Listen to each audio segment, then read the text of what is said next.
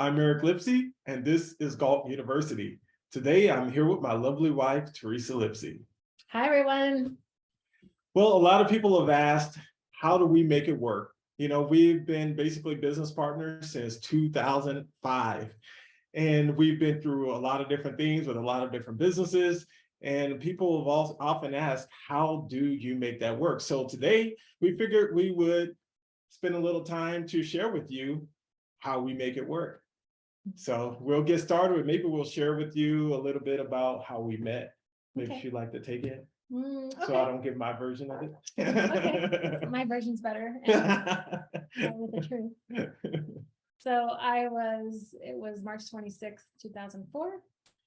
And at the time I was a mortgage broker working for a company in Westminster, and a bunch of my friends, well, not a bunch of my friends, I had a girlfriend come into town that weekend, and then she was like, hey, let's go to the club. I'm like, okay, that's cool. So we went to the club, Teddy's. I don't know if you guys know or remember that place, but it was Teddy's.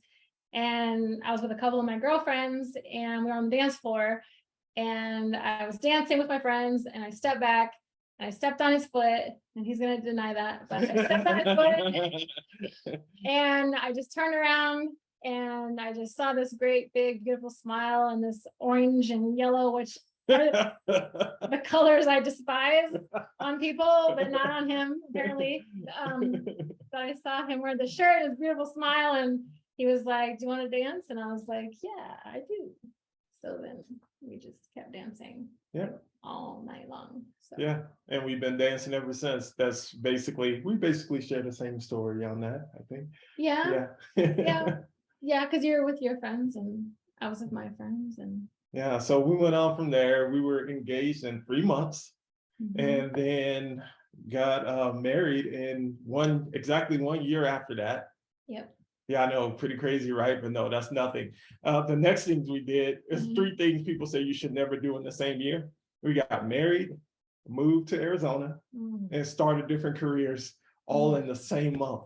Those are some crazy times, right? Yeah, it was bad. Well, it wasn't bad. It was good because it was a good change and it was fun. And we were up for the challenge, but it just didn't turn out the way we thought, of course.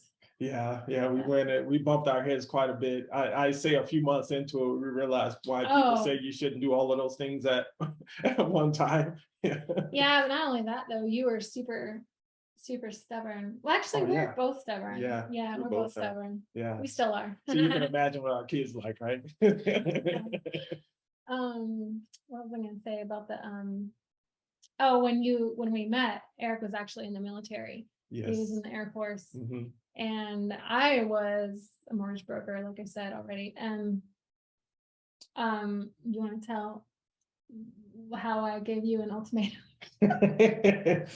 Well, she basically said it was her in the military. Yeah. And I get it though, to an extent, because I wasn't like I was in love with the military anyways. I was in love with her. And she basically told me when I was going to be gone for like a year or so on a deployment to Kuwait, and she basically said, that's not really the life I want for me. So I don't really want to deal with that. And I'd already put in the time that I had to put in before getting out of the military. So I offered my resignation, and the adventure began. Yeah. The self-employment adventure began. And let's see, I remember when we moved out to Arizona, and then I was a loan officer. And of course I made really good money doing what I was doing, but I didn't really enjoy it. It wasn't my gift or my passion, but it was good money. So I could only do that for a couple more years. And then we did end up moving back from Arizona. And after about 10 months, because it was hot as hell and we really didn't know very many people. There were parts of Arizona that I really liked. One of them being all the fabulous fashion and like all the fashion boutiques that they had in Scottsdale, because we were living in Scottsdale. So it was really nice to like pull up at a stoplight and you'd be next to like Maseratis and Beamers and all these amazing cars, and it was just a lot of money. So you're surrounded by money, and then the fashion part. And I remember being out there falling in love with the fashion piece. And then when we came back, we pretty much talked about I was like, oh, I just love it. And you're like, why don't you start a fashion boutique or something like that eventually? But that's how I discovered fashion boutiques and how they actually are, what they were like, and what their purpose was. And I just fell in love as soon as I walked in. So. And when she said she fell in love with the fashion boutiques, people, she really fell in love with the fashion boutiques.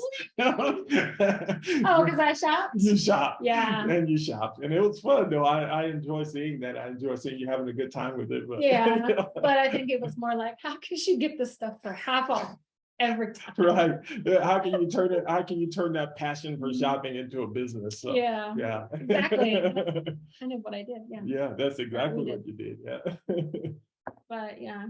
But we were also in real estate too. Just Yeah. briefly touch on like what we did while we were out there, and what I think you should talk about. Yeah, that. we did real estate. I went to real estate school as soon as we arrived out there, and that was over in about somewhere between 6 to 8 weeks was the class for that.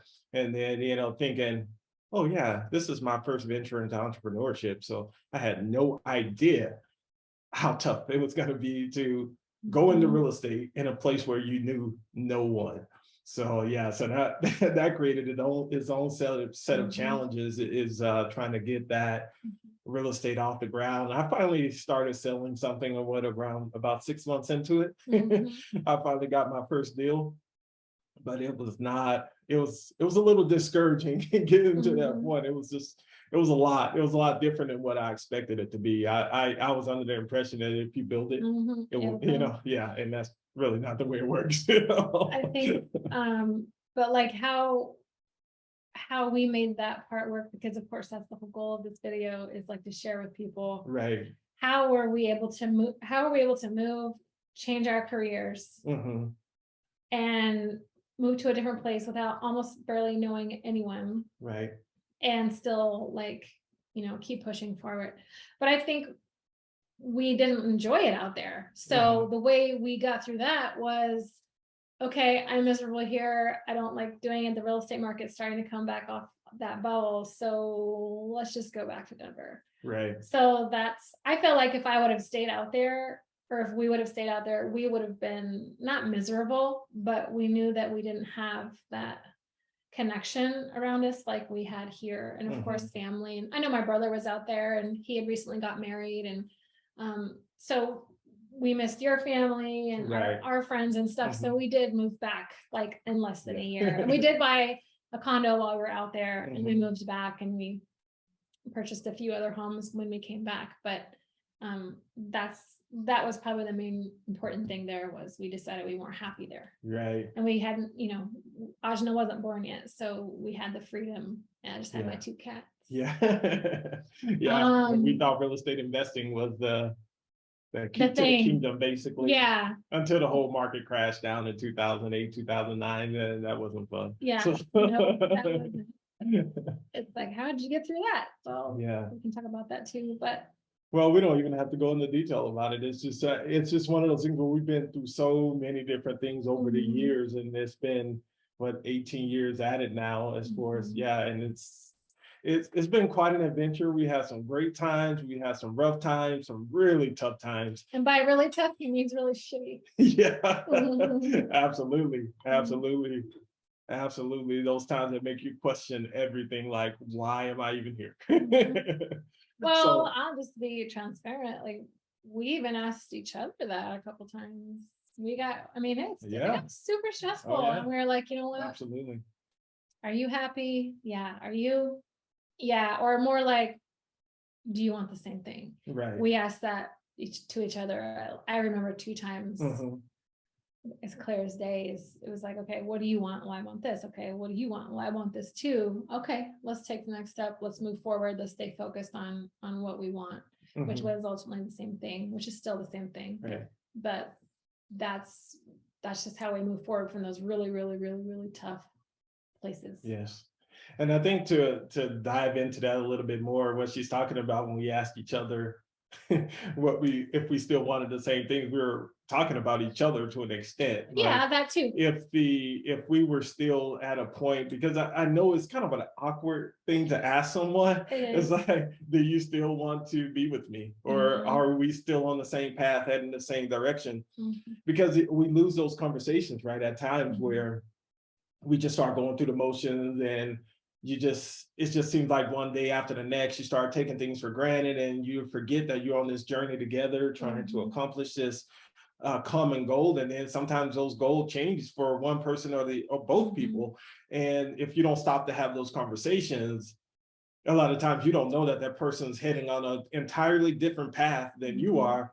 And then 20 years down the road, 10 years down the road, 5 years down the road, you're saying, all of a sudden, they wanted a divorce. And it's like, why get to that point? Why not just stop every now and again and just say, hey, are you happy? Are you still wanting this? I can't remember who I heard say, or you might remember, no one, they said nothing ever happens all of a sudden. Right. That was me. It was you? It was you. But I've always thought about that, or I use that even when other people are talking about their relationships, or you hear stories about, oh, I don't know what was wrong, this all of a sudden he blah blah blah. Well, and I'm always like, oh, nothing ever happens all of a sudden. Like over time, you just don't really pay attention to it. But. Yeah, and that's the thing, it just gradually happens. You just gradually grow apart. And sometimes it's not an intentional thing. Most of the times it's just something where life just kind of takes this toll, where you bring a kid into the mix. Now you got to pay attention to the kid. You got your businesses, you're paying attention to your business, you're trying to pay bills and all these other things. And those things just start to drown out the relationship that meant so much to you at one point. Do you remember? Okay, I'm sure all couples can relate to this, even in the beginning. Do you remember when I flew down to Biloxi, and this was like right in the beginning, and I remember like all we wanted to do was like sit and face each other and like kiss each other and like stare at each other all day, and like we were each other's priority. Absolutely. And it was like that. I mean, it's still like that, but in a different way. But it's just different, and it's better, but it's just different.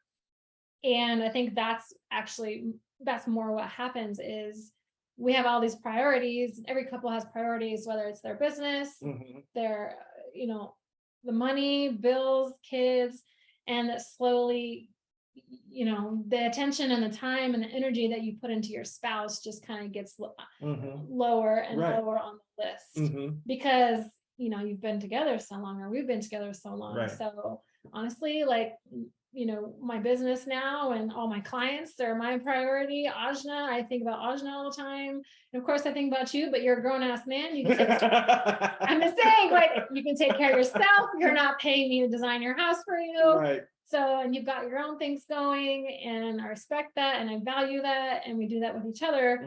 But, we always make a priority in just different ways. Right. Like, you're my priority, but just not in like it was when we were 25 and 26 years old, 27 years old. But truthfully, I mean, it's a thing where we just have to come back to, we have to be conscious of it and just come back to it. I mean, how many times have we had conversations where it's like, okay, this is how I'm feeling. I miss this. I would like this. And we have those conversations because it's so easy. I'll often tell, I think I wrote a one-liner one time saying something about, we don't fall out of love, we fall out of priority. And I think that's a lot of times the thing where we feel like we're falling out of love with each other, but it's really just, a lot of times it's just falling out of priority. Your other things are taking precedence over your relationship. And it easily happens, especially when you're self-employed. It's because there are so many things you have to pay attention to, and you're at home, you can work from home, you're grinding it out, you're pushing to get this done and accomplish that. And before you know it, the whole day is gone, and you barely spend any time with your family, with your spouse. It's just kind of, it's easy to get wrapped up. It is easy. And it's also crazy that we allow the things that stress us out the most that get the most time. Like, you know what I'm saying? Like, absolutely, problems or whatever clients or the website or the app or whatever, Right. like it can cause stress in certain areas, but the stress is what gets most of your time when you personally, as my husband, causes the least amount of stress, but you get the least amount of attention, which seems like it's completely unfair. Or like you feel like the things that bring me joy should get most of my time and my attention. And what was that one thing that I heard someone say before, and I really, really liked it? Don't give your family give your family what's best of you, not what's left of you. That's good. And I really liked that. I can't remember who said that, but I try to remember that, like at the end of the day, don't give you my, what's left, give me, or I'll give you my best. But anyways, I just really like that. Yeah, that's really good. So that is one of the biggest things for us, is just coming back to it, having those sometimes awkward conversations, just to bring things back to perspective and to make sure that you're not getting so far ahead of yourself that you're working to build this thing that you wanted to have together, that you forget that you are together. Yeah. So that's true. 100%. Well, the next thing I figured we should maybe talk about giving each other space. Oh, okay. Because I think that's a really big thing for us. Yeah. So by space, do you mean like shopping? Yes. Okay. You shopping and me. Oh, I'm not bad. I used to be bad, but I'm not anymore because well, it's because I'm bad now. It's because my clients pay me to shop, so I get paid to shop. But hey, it's always better that way. I know. No, I think what's cool is that's super important. And we both have things that are hobbies or interests that we both like individually, but then we do things together, which is as important. I think probably even more important because we're talking about like how we make it work. But giving each other space is definitely something that I need, just because I do deal with the public and I provide a service, and I give a lot of myself.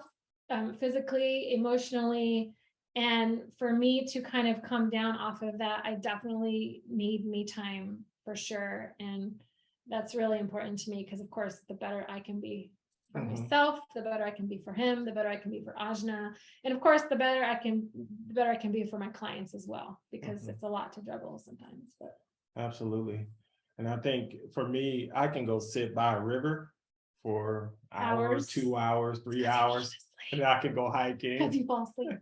I can fall asleep. I can sit there and process all my thoughts, because I sometimes just go through tunnels of thinking, and I'm okay with that, but that is not something I want to drag her into, because she might be able to sit by the river for 30 minutes and she's like, okay, I'm done with this. So no, it's because I find nature to be extremely relaxing. Yeah. And there's something wrong with that, because I do love nature, but it's just your thing. Like, that's what you do, and I know that. And I want you to do that as much as you want to, because I know when you come home, you feel so much better and you're lighter, and I feel like you're ready for what's next. Yes. Like, right? Yeah, because I feel the same way when you go shopping. Yeah. And I'm like, shopping. No, it's true though. Yeah, I'm just like, go enjoy yourself. Take your time. Yeah, because I go to like estate sale. I have to go to estate sales, and it's still work related. Which is sad. But I love what I do. So I get to do what I love every day, which is great. Thank you. Right. But I'm just trying to think more now than anything. I want to travel more. Like, I feel like we need to start traveling more, because I think it's going to be more about things that I want to do more of. That's going to help me de-stress and be relaxed and be a better mom and designer and wife. Yeah. And that helps us get away from the work zone too. Just getting away, because sometimes when we're here, there's always something work related to do. If you don't consciously pull yourself away from it, there's always something else to do. And sometimes traveling can help get away from, almost because you have to. I remember when we went down to Mount Princeton that one year, and we barely had cell phone reception. So I remember sitting on those chairs. I know I took a picture, but I remember thinking, like, this is what we needed. Yes. And it wasn't even that far. It was like, Mhm. what, 3 hours away? All right, just 3 hours hours away. So that's what we did this summer. We did more like little, because of work, just busy, right? And so we told ourselves that we would just do more like little getaways, just stay in Colorado, and maybe we can go somewhere here soon, but just try to get out of town, just get away from the house, because we both work a lot from home, and just to have more fun and spend time with each other outside the home, because You said fun. What's that? I'm just Shopping? kidding. Just No, but it is, yes, it's very important. We need to make fun a priority. Yeah. Yeah. I think all couples Mm-hmm. need to remember that, because I remember in the beginning, it's always fun. Mm-hmm. And then you wonder why. Why is Right. it always fun in the beginning? And why does it disappear? Or not Right. disappear, but Mm-hmm. where does it go? Right. Absolutely. And why does it go? Mm-hmm. So it's remembering to step back and remember, like, when you got together, Mm-hmm. you had fun. Right. And why did that have to change? Right. Like, I'm kind of thinking that right now. Yeah. Like, literally right now. Oh, yeah. Like, Yeah. what can we do that's more fun? Yes. Like, we went bowling the other night, and that was Yeah. really fun. That was a good time. It was good. But he's really competitive. So, and I'm competitive too. So, and he hates when I'm winning. Oh, I don't hate it. Oh, he hates it. I love for you to win. I love it when you play well, but I always want to win. I mean, that's I love it when you play well. But yeah, I always want to win, regardless to who we were bowling against with my family, and of course. Would you rather have I Ray did win win. or me? Would you rather have Ray win or me? I'd rather have you win. Ha! You Screw you, Ray. know, Ray's my ace, you know, but yeah, That's yeah, so funny. I definitely want to see you win, but I always want to win, regardless of what I'm doing. Yeah. Well, What else? one of the next thing I wanted to talk about was relationship versus ownership. And Oh, yeah. yeah, and what does that mean? Well, a lot of times when we get into relationships, you know, you love this person so much, and then eventually you find yourself trying to control this person and mold them into who you want them to be, how you want them to be, what you want them to say, how you want them to look. And it's like, you know what, that person wasn't even that when you met them. So why did you think they were going to be that after you got into a relationship with them? And I think that is one of the things that's probably the biggest thing for us, is allowing each other to be who we are without the orchestration and manipulation to be trying to make. I don't want to spend time trying to make you into my perfect image. You know what I mean? And I know, think 'cause I'm already perfect. it's right, exactly. Yeah. So, but it's kind of like it's almost like what they call the God complex, right? Where you kind of feel like you're in a position where you need to control someone and make them who you want them to be. And the thing is, I think that's probably one of the greatest sources of misery, whether it be in a marriage relationship with the kids, with anyone. It's like trying to control how other people think, what they talk about, how they choose to be and show up in this world is a great source of misery. And being able to let each other be, I think, is the biggest, one of the biggest things, I think, for your own personal peace and for peace with each other. Yeah. No, I totally agree with that, because I think you've known, well, we're both pretty stubborn, but in a good way, I think.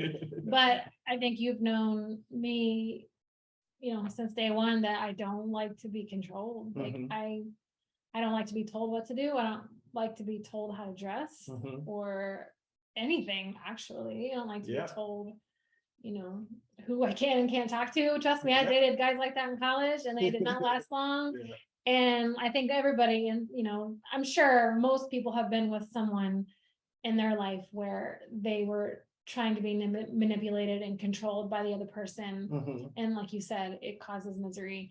And I think that is one thing I do love about you and about our marriage, is that you don't do that at all. And you don't try to control me. And there's a lot of freedom and love, like actual real love, when a person is not trying to change you or want you to be something else or be someone else for their own personal gain or whatever. So, and the only thing I try to control is your diet. Yeah, and it probably needs a little controlling sometimes, you know, my sugar habits anyways, but Your dessert habits. Yeah.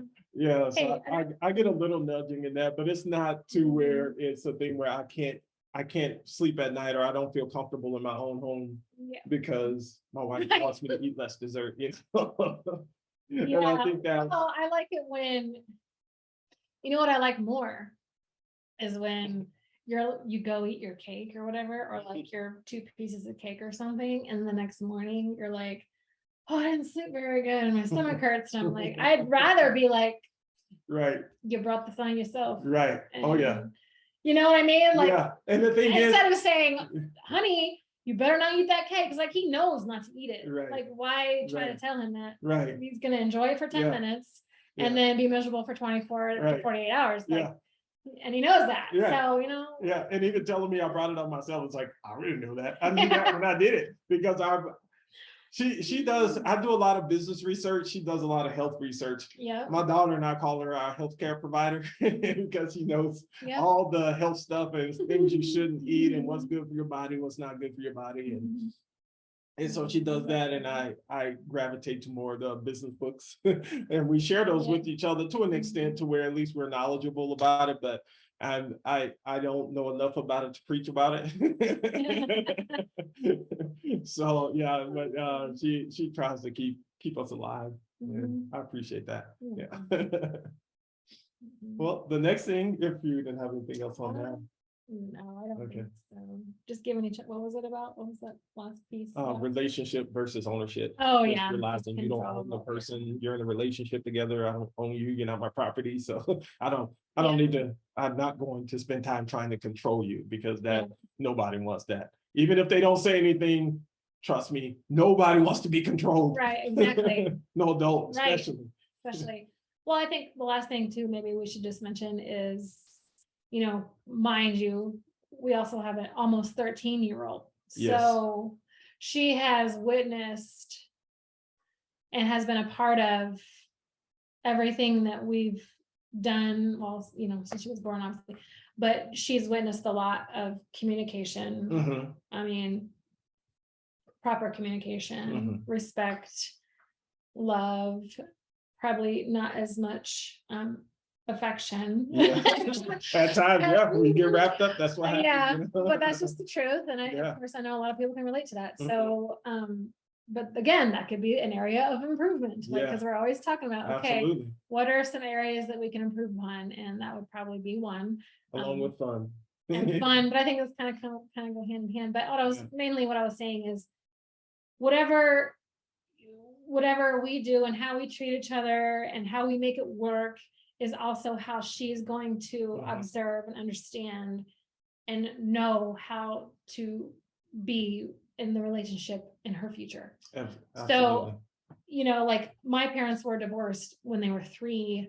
My dad remarried a couple times, but of course I still love all of my stepmoms and we all get along great, which is amazing. But it's because we've communicated and we just love each other still. But I mean, I wasn't, you know, raised in a whole home per se, but you know, it's important. It's because our kid sees and hears everything and feels everything. So that's one thing I think, you know, how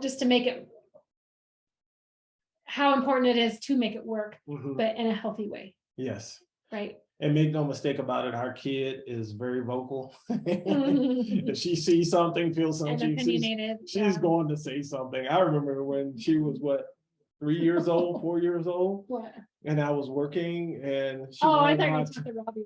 Oh no, we didn't even get to that yet. And she wanted my attention, and I'm just working away on my laptop, and she comes over and she yells to the top of her lungs. I'm serious. This is like a serious wake-up call for me. She said, Papa. She used to call me Papa. She said, Papa, stop working.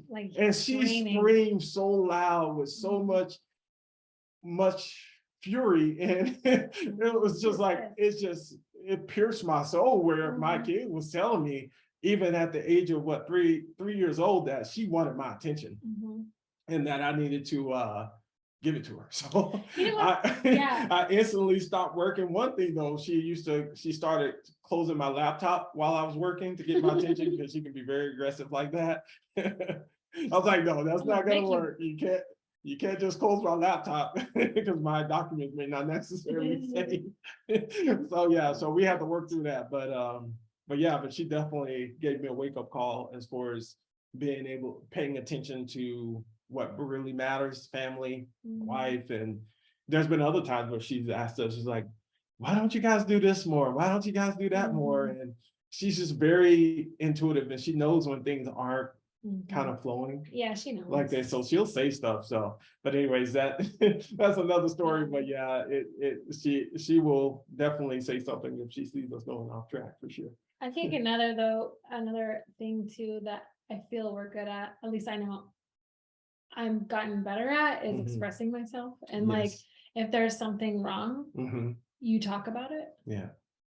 Or if something not irritated me, irritated the dishes. Let's talk about the dishes. We're not going to talk about the dishes. Everybody talks about the dishes. It's always the dishes. It's always the dishes. It is. Number one cause of divorce: dishes. Dishes and money. That would be our cause. Just kidding. No, sorry, I don't know why that's on. Anyways, I was gonna say, just how we always try to express how we feel at that moment and try not to let it like linger and linger. Because you remember, like in the beginning, we used to give each other silent treatments. The silent treatment for 1 or 2 or even 3 days. That was her. That wasn't me. It was me. Yeah. But I could just go shopping. And no, but seriously, like that used to be the thing. Like, and I had to learn like how to communicate. And I had to learn that. Yes. Because I was quiet, I would hold things in, and because that's what I grew up with. So expressing, and so that he got a clear understanding from the get-go, like, hey, this is bothering me, or I felt this way, or whatever. Like, that's huge. It was a huge like change in our relationship. I think the more I was able to express myself. And I would even ask for that. Like, just talk to me. It's like, I'm going to listen. Just talk to me. It's because the silence was confusing because I don't know what to think. And my brain is so analytical that I start running down the rabbit holes. Like, you know what? If you don't tell me, then my brain's going to start putting together pieces and they're probably going to be inaccurate. So why don't you just tell me so I know? And now I don't have any problems. Yeah. Doing it. Yeah. And things just work out better that way, for sure. Yeah. All right. So the next thing I wanted to talk about was your favorite. What? Stay in your lane. That is my favorite. Yeah. Yeah, I think we know, well, we've been together long enough to know what each other's strengths and weaknesses are. Yours are spreadsheets and numbers and thinking and visualizing and like ideas. And mine, I'm artistic. I'm the rebel artist. So she's cool. I'm a nerd. Basically. I'm cool. He's a nerd. And we've accepted that. Yeah. I've accepted that. That's true. Ajna's both of us. Yeah. You remember the time she was so busy with her interior design and I needed some marketing material created. Yeah. So I decided to go and just try to create it myself. Which part? You've done that many times. Yeah, but this was a real monstrosity, and you're like, yeah, you know what? It was a newsletter. Why don't I just go ahead and do this for you? It was a newsletter. It was a few other things. This happened. I was going to say it's happened a lot. Well, I was trying to be considerate, but even in trying to be considerate, it just didn't really matter because it's just the work that I put together wasn't good. And the thing was, it's like, that's just not my lane. That's not where I excel. That's not what I'm good at. So, being able to recognize that in yourself and then realize, okay, I can either spend an hour and a half and, a million cuss words later and frustration and stress and try to do this myself, even though I have taught myself QuickBooks. Yeah. Just saying. That took a lot of talks. Yeah. But I did it. Yes. So I've definitely converted because I had to. Right. But it's not worth it. So just literally yesterday, we have Google Sheets for Ajna's homeschooling to help keep track of the days and what she's going to be learning on that day or whatever. And I had it open and I was trying to do something and I knew I couldn't figure it out. I didn't have the energy for it or the interest to do it. And I was like, I can't do it. Nope. Stood up and he came and sat down and did it because that's just what he does. And I don't need to learn spreadsheets for anything. Yeah. And if someone tries to control me by telling me how to do spreadsheets, even though I had a client, if you're listening, I did have a client who really, really wanted me to use spreadsheets and I did, and I hated it. 2 clients, but I'm still working for them. Yeah. So well, you can read spreadsheets, and I got paid. Matters, I got paid. Right.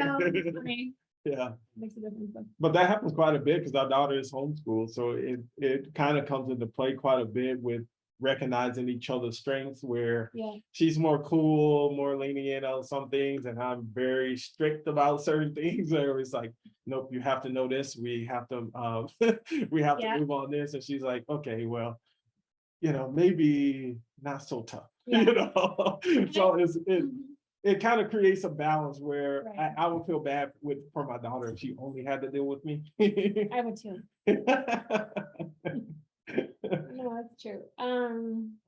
But yeah, I think it's just valuing, honoring, respecting each other's strengths and weaknesses, and understanding the weaknesses, and being like, okay, I know he's not the best at cleaning the dishes, so maybe I better just do it. Well, and there's the thing about that, right? Where if she asked me to do the dishes, I totally would. The thing is, I always say, I can't remember who wrote this, but it says we move in the direction of our current and most predominant thought. Yeah. We move in that direction. That's the direction we move in. It's just a natural thing where if my mind is on something else, I can walk right by a sink full of dishes and never even think about washing those dishes. It may not even occur to me, but if all my things are done and I don't have a mind cluttered with different things, I walk by, see those dishes, and I stop and do them. Yeah.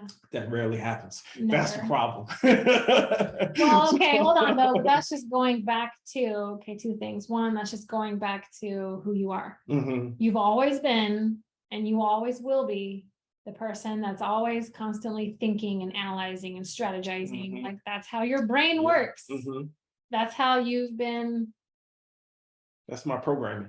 I don't like that word. I know, but that's you're not a computer. You're not a computer. I just don't like that word. Yeah. And that's just how your body is wired. She likes wired rather more than programming. Okay. That's just how you are. Just like how I am. Like I can step away and feel free and walk in the grass and be in the moment very easily.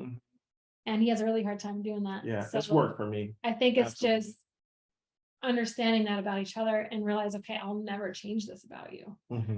As as bad as I want to sometimes.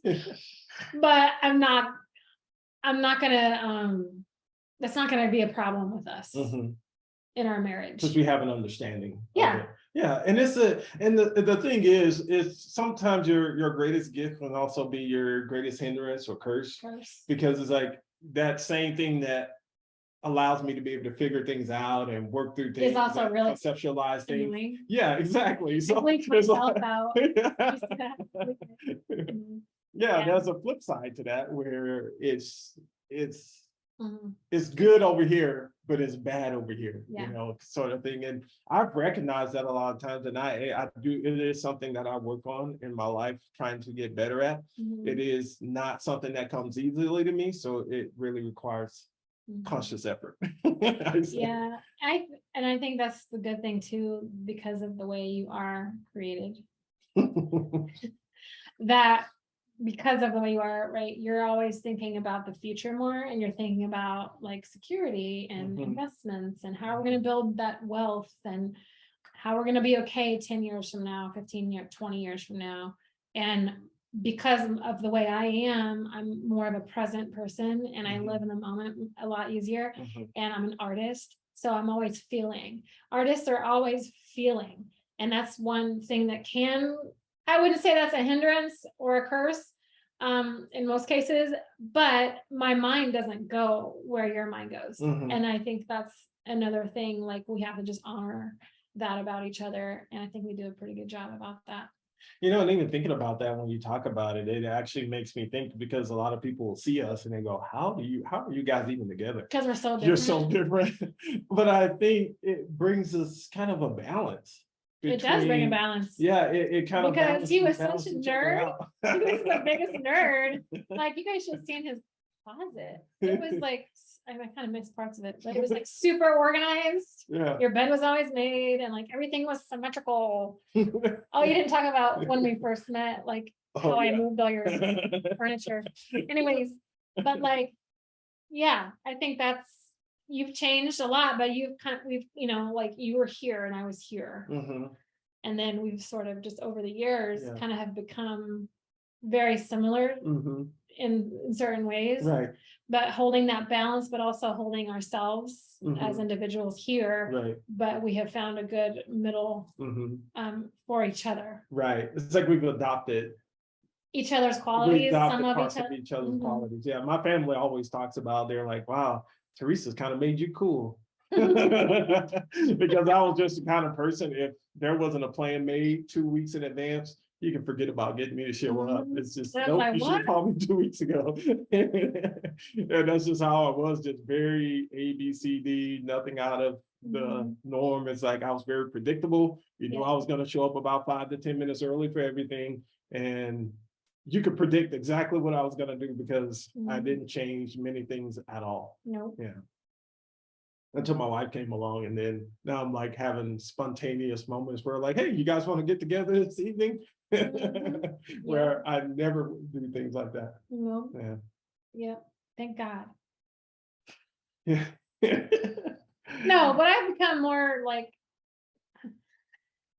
you like how my robotic. Yeah. I'm definitely not robotic. No. But I'm trying to think of like things that I've definitely communication. Yeah. Like, communication has been like probably the biggest thing that I've learned from you. Oh, you know what? That's another thing. Like how we make it work is like learning things from each other, and not just like things like how to use QuickBooks or how to use an Excel spreadsheet, but it's more like the good parts of us, our characteristics and like our personalities, and like sort of, I gotta watch my mouth sometimes, like, because when we met, you never cuss ever. No. And that's just how he was raised.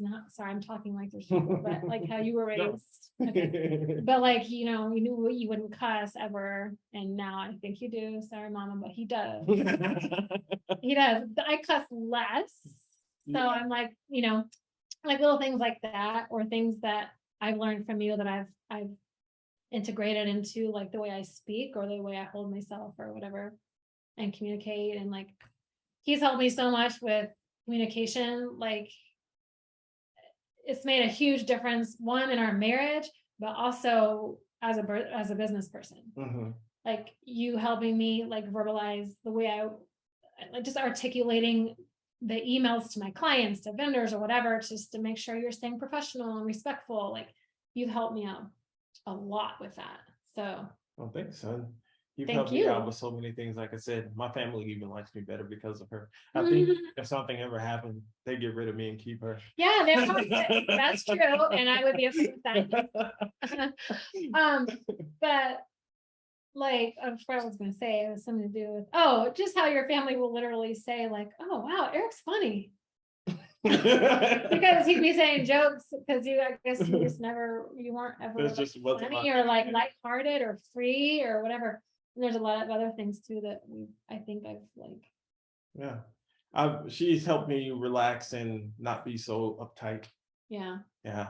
I can unwind a little bit better, a lot better actually than I used to be. If you saw me today compared to what I used to be years ago, it's a lot different. Yeah, and then caring about what you eat and But I think we should touch a little bit more on that communication piece before we wrap this up, is just how important it is. I think communication is key. It's like the most important thing. Because if you don't talk, how does the other person know what you're thinking, where you're going, where you're heading? You know, if you're happy, if you're unhappy, you don't have to be at the stage of divorce before you tell your spouse you're not happy. You know what I mean? It's just, why wait till it gets to that point? Or just the communication about so many different things can prevent so much chaos. It's just letting the person know how you feel, letting them know where you are, what you want in life. Because we even say, what would you like? Remember, we have conversations and say, what would you like for me to do better? You know, what would you like from me? You know what I mean? And it's like, yeah, exactly. And then it's like, sometimes it's gonna happen. So, but I think it's so important to have those conversations though, because at least you understand, because we talked about it, you understand why my brain doesn't just gravitate to, hey, go wash the dishes. That doesn't make it any easier. You still may want me to do it, but you know, I think it's the most important thing in our marriage. Oh no, dishes are everything. It's the major cause of divorce, right? Dishes, and then finances, then infidelity, and then so on and so forth, right? I mean, it's you can cheat on me, but do the fucking dishes. Sorry. No, I'm not. Let's just. So I mean, it is, but a lot of times you hear about people having these conversations where it's so petty. And people are like, really? That's what you guys are arguing about? That's the biggest problem you have in your life? Just think about like a couple trying to change the world and like help all these people. About the dishes. The dishes, right? It's like that's gonna drive a wedge in your relationship. The dishes. Yeah. Well, maybe but I won't. Communication. Oh yeah, and the other thing too is when we first got together too, and I know this is really, really huge, I think, for us, is asking each other nicely to do things for each other, not telling them to do things. Absolutely. That was one thing I had to change in my diction was, go put the clothes in the dryer. And you would be like, excuse me? and then I had to learn how to change the way I was speaking. Like, will you please go put the dishes in the sink? Or whatever. Like, that was huge, I think, in the very beginning. And I'm talking like the first year of marriage. Because I know it was something that you like literally put your foot down about. It was like, okay, you're not going to talk to me that way, and it's disrespectful. And I'm like, well, I didn't know that. Because I didn't know. So and that's the thing. There's so much learning about, and then how differently one person views a thing than the other does, because the way we were brought up. There are so many differences in how you see a thing than how the other person see a thing, and whether it could be politics, it could be religion, it could be raising a child. Just so many different things where it's like, you know what? I never thought that it could be this thing, because it's like, oh, we were totally in agreement on all this stuff. And then we had a kid, and now it's just we don't agree on shit. Confused here. But because we had very different upbringings too. So very different. And just how we've gelled kind of the positive pieces into the way we're parenting now with Aja. Like, I think that's awesome. I think we've done a good job. And it caused us to have intentional parenting, where we actually discuss what we're doing and how it's going to affect her long term. And I think that's a very important thing. Is having those conversations about the strategy and how, because everything affects everything. And if we don't have those conversations and come to a realization that there's no thing that we can do, be it with each other, with our kid, that's not going to affect all of us. So yeah, that is something that's really, really important. Again, I guess we just come back to communication. It's just extremely important. Everything. Yeah. It makes me realize too, like if people don't communicate, how do they survive? Or not survive, but how do they make it? Or they just don't. Right. Or they can make it, but usually it's going through the motions. Yeah. I think, and that's something a lot of people probably do, is just go through the motions, and then you get to the end of your life and just feel like, what did I do with these 50 years? Because there's people who stay together because their religions, they stay together because of their upbringing, because of their kids, and then you get the kids leave the house, and you all of a sudden wonder who that person is next to you. Like, who's the stranger that I have to pay attention to now because the kids aren't here as a distraction anymore? Yep. And I've seen that happen too. Oh yeah, I've seen that happen. Yeah, a lot actually. It so easily happens. So if you have those conversations, don't just kind of get back to it. It's like, don't forget about each other. Yeah. Basically. And then also like, it's okay to be selfish. It's okay to take time to yourself. And guess what? It's okay to leave the kids with grandma or kid or whatever your situation is, but it's okay so that you can put that time and attention back into your relationship. Right. It's okay to, why not tomorrow we just go have lunch? I mean, when was the last time we did that? Right. Yeah. Go have lunch and Ajna can stay at home and read. Right. Like, I mean, that's just another thing. Like, why not? Why can't we? We can. Right. Anybody can. You can. We certainly made enough sacrifices to be able to just say, hey, we're going to go do this today. So absolutely. Yeah. Yeah. And okay. Sorry. So, I didn't know if you had anything else. Oh, is that everything on our list that we were going to talk about? Yeah, I think so. Oh yeah, I guess so. How do we make it work? Yeah. That's it. I'm trying to think. Oh, you're thinking of something else. Yeah, I'm trying to think like a good closing. Sure. Like, if were to give, if you were to just not describe, but if you were gonna say like one last thing, like this is how we make it work, and like keeping it simple. What do you think the biggest takeaway? What do you want people's takeaway to be? My takeaway would be, what I would like for people to take away is communicate. Realize that you're in a voluntary relationship, and if you're both entrepreneurs, you better have conversations, because there are so many things affecting your finances, affecting the levels of your happiness, how you're spending your time, and keeping each other a priority is something you're just going to have to be conscious of, because it is so easy to get away from that. Yeah. And do the dishes. And do the dishes, if you think about it. You don't think about it. That's funny. You can remember to. Yeah. I think everything that you said was probably the way, is what I feel too. All right. And maybe one other thing we talked about, but is staying an individual. Don't try to do anything or change anything about yourself. Right. That's true to yourself for that other person. Yes.